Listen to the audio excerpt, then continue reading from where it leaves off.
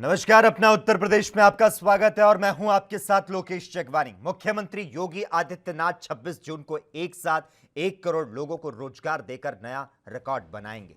प्रधानमंत्री नरेंद्र मोदी की मौजूदगी में यह रोजगार दिया जाएगा। एक साथ 1 करोड़ से ज्यादा लोगों को रोजगार देने वाला उत्तर प्रदेश देश का पहला राज्य होगा। इसी दिन एमएसएमई इकाइयों को कर्ज भी दिया जाएगा। सीएम ने अधिकारियों के साथ बैठक कर इसकी समीक्षा की।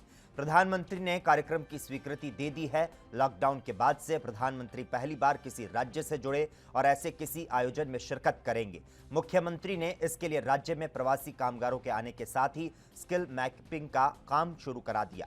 आपको बता दें, प्रदेश सरकार के पास 36 लाख प्रवासी कामगार का पूरा डाटा बैंक मैपिंग के साथ तैयार है। योगी सरकार इन कामगारों को एमएसएमई, एक्सप्रेसवे, हाईवे, यूपीड़ा, मनरेगा क्षेत्रों में बड़े पैमाने पर रोजगार से जोड़ चुकी है। अब यह आंकड़ा 1 करोड़ के पार पहुंचने वाला है।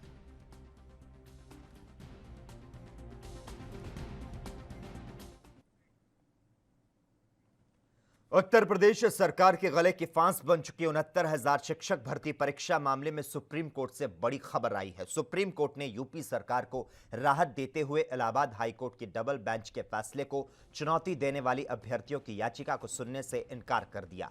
दरअसल डबल बेंच के फैसले को शीर्ष अदालत में चुनौती दी गई थी। बड़ी पीठ ने सिंगल बेंच के फैसले पर रोक लगा दी थी। सिंगल बेंच के फैसले से शिक्षक भर्ती प्रक्रिया को झटका लगा था। हालांकि सुप्रीम कोर्ट ने कहा कि याचिकाकर्ता चाहे तो हाई कोर्ट जा सकते हैं।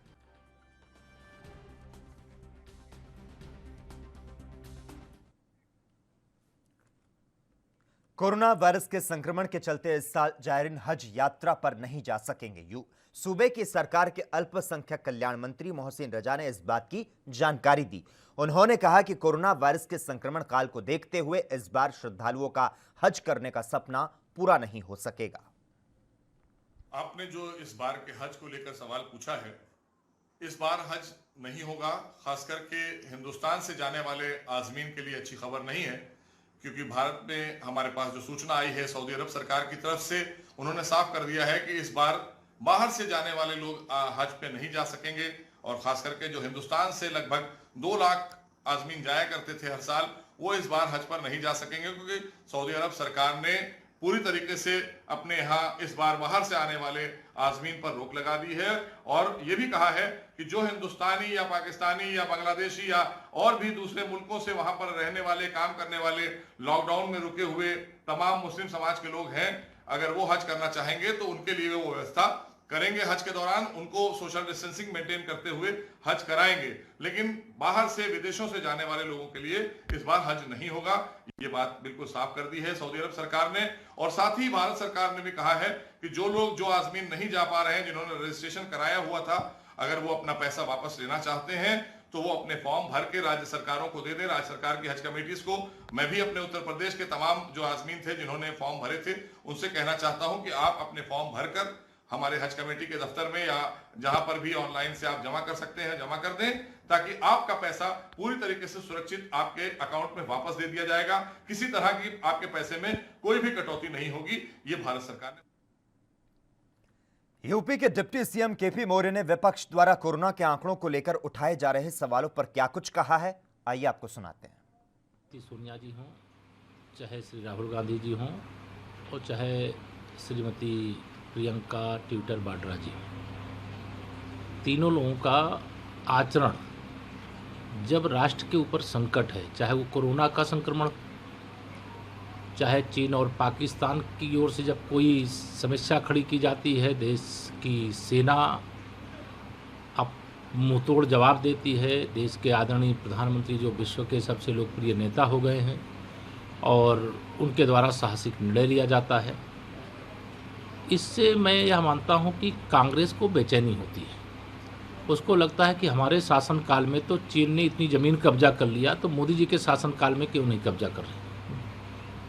पाकिस्तान की ओर से गोली चलने पे और भारत की सेना को या भारत के किसी नागरिक को अगर कोई कष्ट होता है तो कांग्रेस के लोगों को, मुझे लगता है, खुशी होती है। उनके लगातार बयान यही दर्शाते हैं। मुझे एक बात और भी यहाँ स्पष्ट लगती है कि जैसे आगरा के मामले में श्रीमती प्रियंका ट्विटर वाड्रा जी ने ट्वीट कर दिया एक, और ट्वीट करने के बाद जब उनसे वहाँ के जिलाधिकारी ने नोटिस दे करके पूछा कि आप अपना स्रोत बता दो, वो स्रोत अभी तक बता नहीं। आगरा के डीएम द्वारा कांग्रेस महासचिव प्रियंका गांधी को भेजे गए नोटिस पर कांग्रेस के प्रदेशाध्यक्ष अजय कुमार लल्लू ने अपनी प्रतिक्रिया दी है, तो साथ ही उन्होंने पेट्रोल डीजल के बढ़ते दामों पर सरकार को घेरा। क्या कुछ कहा उन्होंने, आइए आपको सुनाते हैं। मुझे लगता है कि लगातार सरकार जिस तरह आंकड़ों की बाजीगरी कर रही है, इस महामारी में जहां उसे इलाज के उपाय करने चाहिए, अच्छी व्यवस्था करनी चाहिए, हॉस्पिटल में डॉक्टरों की व्यवस्था करनी चाहिए, जांच अधिक से अधिक करानी चाहिए, वहीं लगातार सरकार आंकड़ों की बाजीगरी में परेशान है। आदरणीय श्रीमती प्रियंका गांधी जी ने एक सशक्त विपक्ष की भूमिका निभाते हुए सरकार से अगर सवाल किया है तो सरकार को सच उत्तर प्रदेश के सामने लाना चाहिए। जिस तरह अलोकतांत्रिक तरीके से इनके अधिकारियों द्वारा उनको नोटिस भेजने की कार्रवाई की गई है, निश्चित निंदनीय है। कांग्रेस पार्टी कतई बर्दाश्त नहीं करेगी। सरकार निरंतर जिस तरह झूठ और अफवाह फैला रही है, सरकार को जवाब देना पड़ेगा। कांग्रेस पार्टी सड़क से लेकर सदन तक कुछ चंद उद्योगपतियों को लाभ पहुंचाने के लिए सरकार लगातार इस तरह के कृत्य जो देश के साथ लगातार धोखा कर रही है, लोगों के विश्वास को छलने और ठगने का काम करे, उनकी भावनाओं के ऊपर कुठाराघात करने का काम कर रही है। बढ़ती हुई महंगाई इस आपदा के समय में निश्चित रूप से गरीबों का, मध्यम वर्गीय परिवारों का, आम लोगों के कमर को तोड़ने का काम ये भारतीय जनता पार्टी की सरकार कर रही है। कांग्रेस पार्टी चुप नहीं बैठेगी। इन विषयों और मुद्दों को लेकर सड़कों से लेकर सदन तक ले जाने का काम करेगी और सरकार के इस कृत्य को देश की जनता। विपक्ष द्वारा उठाए जा रहे तमाम सवालों पर बीजेपी नेता हरीश श्रीवास्तव ने जवाब देते हुए विपक्ष पर पलटवार किया। आइए सुनते हैं क्या कुछ कहा उन्होंने। देखिए, मैं फिर कहूँगा कि जो कांग्रेस की लीडरशिप है, वो चाहे श्रीमान राहुल गांधी हो या प्रियंका वाड्रा गांधी हो, उनको पहले तथ्यों की पड़ताल करनी चाहिए। उत्तर प्रदेश में जो कोरोना संक्रमण से जो मृत्यु दर है या जो डेली प्रतिदिन का आंकड़ा, जो मरीज डिस्चार्ज होते हैं ठीक होने के बाद, या जो संक्रमित एक्टिव पेशेंट भर्ती होते हैं, या विभिन्न जनपदों के जो कोरोना संक्रमित पेशेंट अस्पताल में भर्ती हैं, उनके आंकड़े उस दिन पोर्टल पे डेली का डेली उस पर फीड किया जाता है। और मुझे नहीं लगता, आगरा में जो मेरी जानकारी में आया है कि कुल अब तक 84 पेशेंट जो कोरोना संक्रमित थे, जब से कोरोना संक्रमण शुरू हुआ है अब तक कुल 84 पेशेंट की मृत्यु हुई है। और यह पूरी तरह से निराधार और असत्य है। जो आंकड़ा जो उन्होंने ट्वीट किया है 28 की संख्या, मुझे लगता है पूरे प्रदेश में जो मृत्यु की संख्या कोरोना पेशेंट की रही है, शायद ही किसी दिन 28 की रही हो, नहीं तो अन्यथा तो मुझे लगता है कि इससे कम ही मृत्यु पूरे प्रदेश में। श्रीमान राहुल गांधी जी देश को भ्रमित करने की कोशिश न करें। आज पूरा देश कांग्रेस की जो फर्स्ट फैमिली है, नेहरू गांधी परिवार, उससे सवाल पूछ ही रही है कि नेहरू जी के टाइम में जो अक्साई हिंद का 37,500 वर्ग किलोमीटर क्षेत्र चाइना के कब्जे में चला गया, उसके बाद कांग्रेस के राज में कई मौके पर चीन ने भारत की भूमि को कब्जा किया। उस सच को श्रीमान राहुल गांधी देश के सामने उजागर करें कि कांग्रेस पार्टी ने 2008 में जाके चीन की कम्युनिस्ट पार्टी के साथ समझौता पर दस्तखत किया। 2008 की बीजिंग ओलंपिक में नेहरू गांधी परिवार की फर्स्ट फैमिली वहां मेहमान के तौर पर बुलाई गई।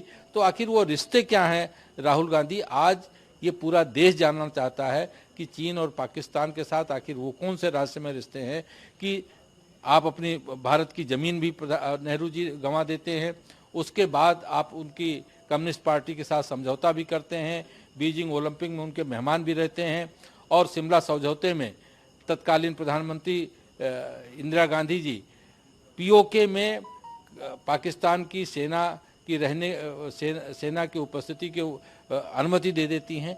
तो इन सारी बातों को आज देश जानना चाहता है। श्रीमान राहुल गांधी जी, आप इन सत्य को देश को बताइए। आपको बताना पड़ेगा कि आखिर ये रहस्य। समाजवादी पार्टी के नेता सुनील यादव ने विभिन्न मुद्दों पर अपनी प्रतिक्रिया जाहिर करते हुए केंद्र और राज्य सरकार को आड़े हाथों लिया। आइए सुनते हैं क्या कुछ कहा उन्होंने। देखिए, इस बात को समाजवादी पार्टी लगातार कह रही है कि उत्तर प्रदेश में योगी जी ने कोरोना से लड़ने का एक नया फार्मूला निकाला है और उनका सीधा सा फार्मूला है नो टेस्ट नो कोरोना। अब जब माननीय मुख्यमंत्री जी के कार्यालय से ही लिखित में जा रहा है कि आंकड़े न छुपाए जाएं, इसका मतलब है कि आंकड़े छिपाए जा रहे थे। देखिए, उत्तर प्रदेश में कोरोना से हुई मौतों के आंकड़े लगातार छिपाए जा रहे हैं। जहां तक सवाल आगरा के मामला है और आगरा के डीएम ने क्या कहा, आप याद करिए कि आगरा के डीएम कौन है। ये वही है जब एक बेबस माँ अपनी अटैची पर बच्चे को लेकर के जा रही थी तो उस पर उनको अपना बचपन याद आ गया था। तो इतने संवेदनहीन अधिकारी बैठे हैं और संवेदनहीन सरकार है। हम कह रहे हैं सरकार ही बता दे कि जो बड़े अखबारों में छप रही हैं रिपोर्टें, जो परसेंटेज आ रहा है, उसके हिसाब से सरकार बता दे कि 24 घंटे में कितनी मौतें हुई हैं।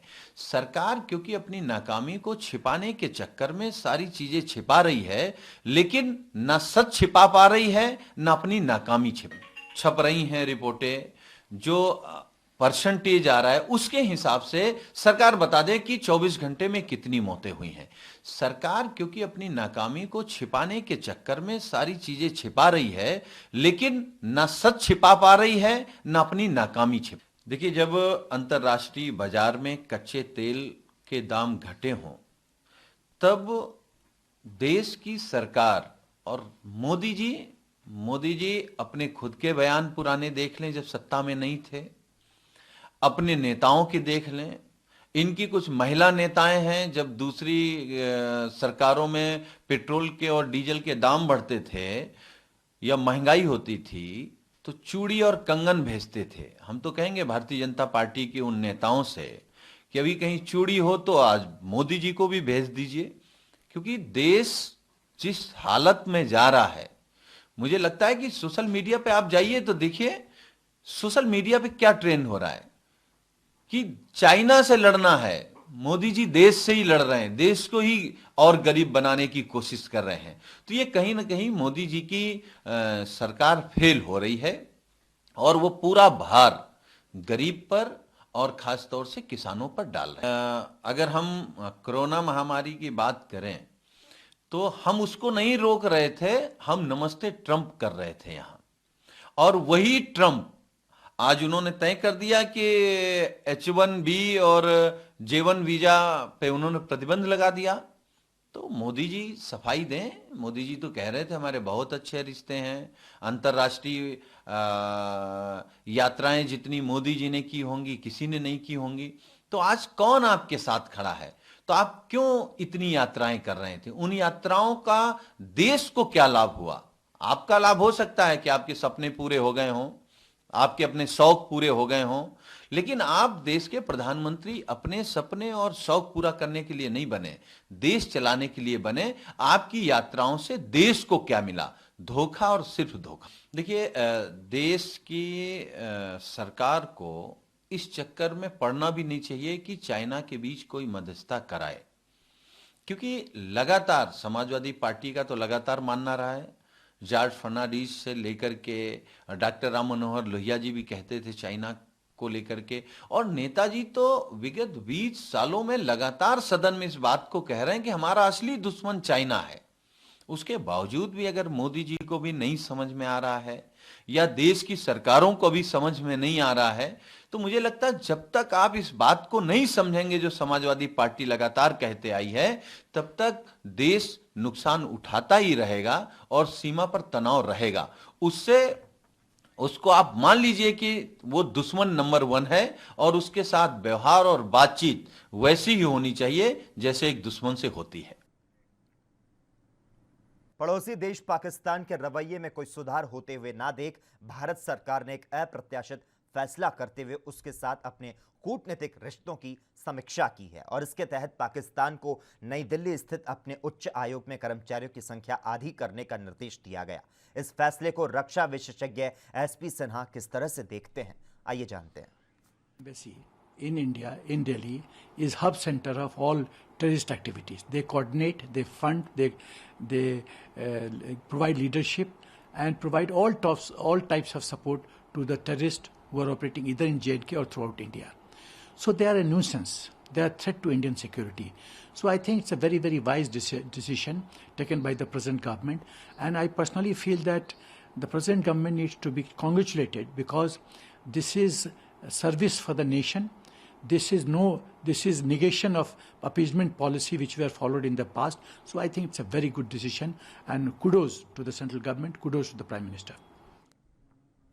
कैट के राष्ट्रीय महामंत्री प्रवीण खंडेलवाल ने मुकेश अंबानी सहित अन्य उद्योगपतियों को पत्र भेजकर चीनी वस्तुओं के बहिष्कार के लिए आग्रह किया है। आइए सुनते हैं इस पत्र को लेकर उनका क्या कुछ कहना है।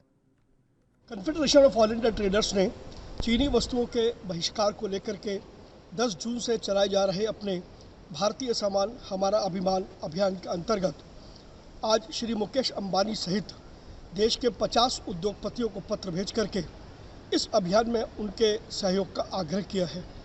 हमारा मानना है कि यदि चीन से हमें टक्कर लेनी है और चीन को भारत से बेदखल करना है तो व्यापारी, उद्योग, लघु उद्योग, सरकार, इन चारों को मिलकर के एक ऐसी रणनीति बनानी पड़ेगी जिससे कि चीन से जो सामान आयात होता है वो भारत के अंदर ही बने। कैट ने इस पहल की शुरुआत कर दी है। हम इंतज़ार करते हैं कि श्री मुकेश अंबानी सहित जो अन्य उद्योगपति हैं वो किस तरीके से उसको रिस्पॉन्ड करते हैं और मुझे लगता है कि देश के बड़े हित में और जो इस समय स्थितियाँ चल रही हैं उनको देखते हुए ये सब वर्ग एक साथ एकजुट होंगे और चीन की वस्तुओं जो आयात हो रही हैं उनका भारत में निर्माण कैसे हो इस पर चर्चा करें। महामारी कोरोना ने जहां दुनिया में तांडव मचा रखा है तो वहीं चीन अपनी कायराना हरकतों से भारत को डराने की कोशिश कर रहा है। दूसरी ओर भारत के जवान भी चीन को मुंहतोड़ जवाब दे रहे हैं और इसी तरह बरेली में कोरोना और चीन को लेकर एसएसपी कार्यालय के एक जवान ने एक गीत लिखा है जो कि सोशल मीडिया पर जमकर वायरल हो रहा है। इस गीत के जरिए लेखक ने भगवान से विनती की है कि इस कोरोना महामारी से दुनिया को बचा लो। कि कोरोना को दूर भगाना, रखना ध्यान हमारा, हमको तो बस एक है सहारा तुम्हारा, तुम्हारा सहारा। जैसा कि सभी लोग जानते हैं और ये सिद्ध हो चुका है और चीन का असली चेहरा सामने आ चुका है, इसलिए कहना पड़ रहा है कि चीन है कपटी, दुनिया झपटी, लपेटी दुनिया सारी। और चीन है कपटी, दुनिया झपटी, लपेटी दुनिया सारी। आकर संकट दूर करो हे माधव मदन मुरारी। जो भव सागर में फंसी है दुनिया, दे दो आज सहारा, हमको तो बस एक है सहारा तुम्हारा, तुम्हारा सहारा। और हे यदुनंदन जय जगवंदन ब्रजपति विपन बिहारी। और कोरोना को दूर भगाओ मोहन मदन मुरारी। वाराणसी में हर हर महादेव के जय घोष के साथ गंगा में नौका का संचालन शुरू हो गया। नाविकों ने 3 महीने के बाद गंगा में अपनी अपनी नावें उतारी। सुरक्षा मानकों के साथ और सोशल डिस्टेंसिंग का पालन करते हुए नावों के संचालन की मंजूरी जिला प्रशासन ने दी। आपको बता दें, नाविकों ने गंगा मैया की पूजा अर्चना की और इस मौके पर खुद डीएम कौशल राज शर्मा भी पहुंचे। उन्होंने नाविकों के हाथों प्रसाद भी खाया। आपको बता दें, नौका संचालन के लिए मास्क और सैनिटाइजर जरूरी होगा। 40 की क्षमता वाली नाव पर 5 से 7 पर्यटक बैठ सकेंगे।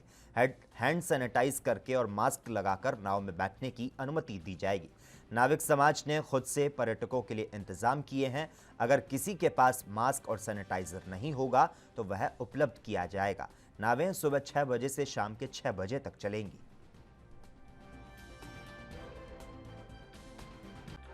सरकार ने ये इजाज़त दी है 84 दिन बाद जो खुला है, और हम लोग इसके जब सुने हम लोग ये खबर तो रह नहीं पाए और तुरंत हम लोग जिद करके यहाँ पे आए हैं। अपनी मम्मी के साथ मैं आई हूँ यहाँ पे और नाव में सैर किया और बहुत ही अच्छा लगा। डिस्टेंसिंग का पालन करते हुए फिर भी हम लोगों ने कोशिश की कि हम लोग घूमे, एक लगाएं, गंगा मैया को प्रणाम करें और ये उत्सव चले।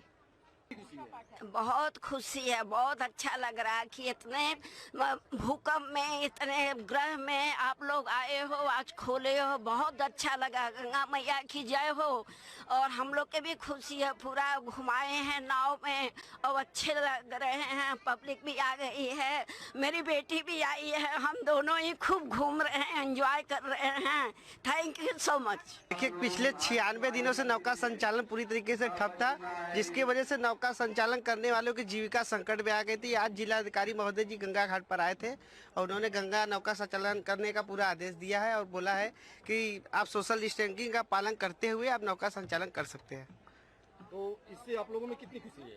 इतनी इसमें बहुत खुशी है भैया। बहुत गरीब तबके के लोग हैं नौका संचालन करने वाले। अगर जो रोज नौका चलाते हैं वही उनके घर चूल्हा जलता है। जब से नौका संचालन रुका हुआ है तब से आपको बता रहे हैं कि समाज के में इतनी गरीबी है कि वो अपना जीविका नहीं चला पा रहे थे। और जैसे ही नौका संचालन की बात, जैसे ही डीएम साहब ने आदेश दिया, उसके बाद बहुत समाज के लोगों में बड़ी खुशी। उत्तर प्रदेश की राजधानी लखनऊ में आज पेट्रोल की कीमत में कोई बदलाव दर्ज नहीं किया गया, लेकिन डीजल के दाम बढ़ा दिए गए। अब यहां कीमत में 36 पैसे प्रति लीटर की बढ़ोतरी की गई है। यहां 1 लीटर पेट्रोल के लिए 80 रुपये 46 पैसे तो डीजल के लिए 71 रुपये 94 पैसे चुकाने होंगे।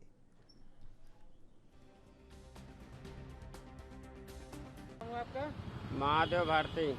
जी, ये डीजल के लगातार दाम बढ़ रहे हैं, इस पे क्या कहना है? अब यही तो हम आपसे पूछना चाह रहे थे, इतना ज़्यादा क्यों बढ़ रहा है? तो आप आम पब्लिक हैं, सरकार से क्या डिमांड है आपकी, क्या कहना है? अरे हम तो चाह रहे हैं कि सस्ता हो। हाँ। लेकिन ये सस्ता होने की गुंजाइश नहीं, दिन प्रतिदिन कहीं 2 रुपये कहीं 4 रुपये ऐसे करके बढ़ रहा है। हाँ। इतना नहीं बढ़ना चाहिए, आम पब्लिक के लिए दिक्कत हो जाएगी। क्या दिक्कत हो जाएगी? अरे खरीद नहीं पाएगा, फिर गाड़ी घोड़ा खड़ी हो जाएगी, साइकिलें से चलना पसंद करेगा। डीजल के दाम बढ़ रहे हैं तो किसानों को बड़ी परेशानी हो रही है। धान लगाना है, सींचना है, तमाम काम है किसानों के, जिसमें पानी की ज़रूरत पड़ती है ज़्यादा से ज़्यादा, तो उनको बहुत कष्ट इस समय हो रहा है। लेकिन अगर एक तरफ से जा रहा है तो दूसरी तरफ से गवर्नमेंट दे भी रही है किसानों को, तो लमसम ठीक है। लेकिन अब यहीं रुक जाए तो ज़्यादा अच्छा है। बढ़ बहुत गया है डीजल पेट्रोल दोनों। पहले भैया फुल कराते थे, कम से कम 1000 रुपये का डलाते थे, अब 100-200 का डला रहे हैं, क्या किया जाए। लगातार जो डीजल के दाम बढ़ रहे हैं उस पर क्या कहना है आपका, सरकार से क्या मांग? यही है, कम करें, कम से कम डीजल तो कम करना चाहिए। डीजल तो कम करना ही चाहिए, कहाँ तक आदमी जो है वो करेगा। पेट्रोल और डीजल के दामों में बढ़ोतरी को लेकर प्रधानमंत्री नरेंद्र मोदी के खिलाफ उनके संसदीय क्षेत्र वाराणसी में कांग्रेसियों ने मोर्चा खोल दिया है। पीएम को कांग्रेसियों ने अलग अलग तरीकों से घेरने की कोशिश की। कांग्रेसियों ने सरकार के खिलाफ सड़क पर प्रदर्शन किया और अनोखे रूप में विरोध दर्ज कराया।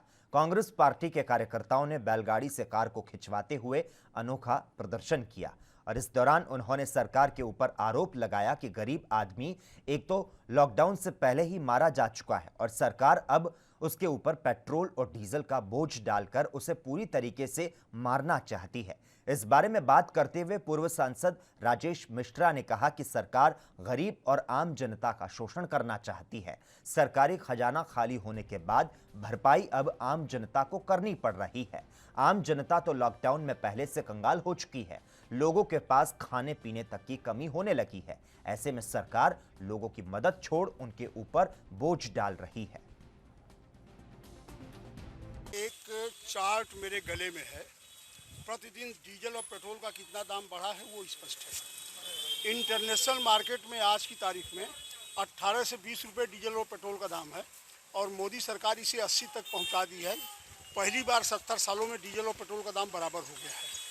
हम इसका विरोध करते हैं। इससे महंगाई बढ़ेगी। सरकार अपने खजाने में पैसा इकट्ठा कर रही है, लेकिन जनता त्रस्त है कोरोना के इस पीरियड में और मजबूरन इस पे आज प्रदर्शन करना पड़ा है कि सरकार चेते और इसे वापस ले, और यदि वापस नहीं लेगी तो और बड़ा आंदोलन इसके लिए किया जाएगा। आज किस तरह का आप लोगों ने? अभी हम यहाँ से जा रहे हैं अम्बेडकर पार्क कचहरी तक, वहाँ अम्बेडकर जी को माल्यार्पण करेंगे और वहाँ ख़त्म करेंगे। आज देखा गया है कि बैलगाड़ी पर लेकर के बैलगाड़ी से गाड़ी खींची जा रही, तो क्या अब बैलगाड़ी युग में प्रवेश कर रही है हिंदुस्तान। अब गाड़ियाँ तो सिर्फ कहने को रहेंगी, जब डीजल पेट्रोल कोई ले ही नहीं पाएगा। तो बैलगाड़ी युग में हम आ रहे हैं। 70 साल पहले वाला युग फिर हिंदुस्तान में आ रहा है और इसीलिए बैलगाड़ी का हम लोगों ने इस्तेमाल किया है कि डीजल और पेट्रोल नहीं है तो हम अपनी गाड़ियों को उसी से खींचें, इसलिए ऐसा कर रहे हैं। और हमें लगता है कि सरकार पूरे इंटरनेशनल मार्केट में डीजल और पेट्रोल का दाम इतना नहीं है जितना हिंदुस्तान में आज की तारीख में है। और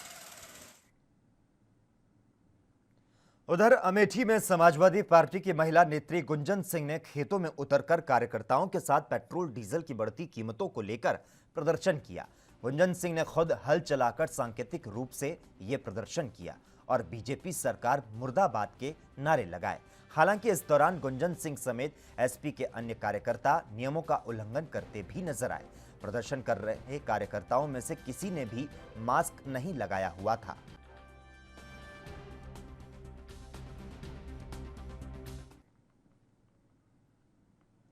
तो पेट्रोल और डीजल के दाम में कमी होने का नाम नहीं है। हर रोज इसकी कीमतों में बढ़ोतरी की जा रही है, जिसकी वजह से आम आदमी की मुश्किल काफी बढ़ चुकी है। आज लगातार 18वें दिन डीजल के दाम में बढ़ोतरी की गई।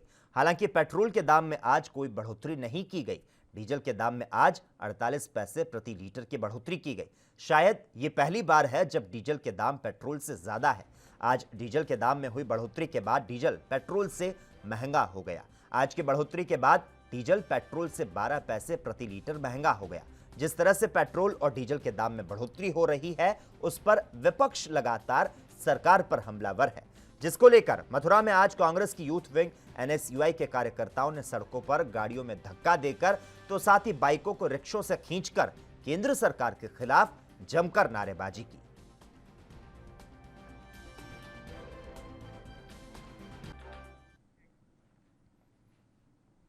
एटा जनपद में कोरोना वायरस का संक्रमण हर रोज बढ़ रहा है। आज एक बार फिर से 9 नए केस कोरोना के सामने आए और इसके बाद जिले में कोरोना संक्रमितों की संख्या 109 पर पहुंच गई। सीएमओ डॉक्टर अजय अग्रवाल ने बताया कि 58 लोगों की जांच रिपोर्ट आई, उसमें 9 लोग संक्रमित निकले। फिलहाल जनपद में कुल 73 सक्रिय केस हैं और 29 लोग ठीक होकर अपने घर जा चुके हैं, तो वहीं 5 लोगों की कोरोना वायरस संक्रमण से मौत हो चुकी है।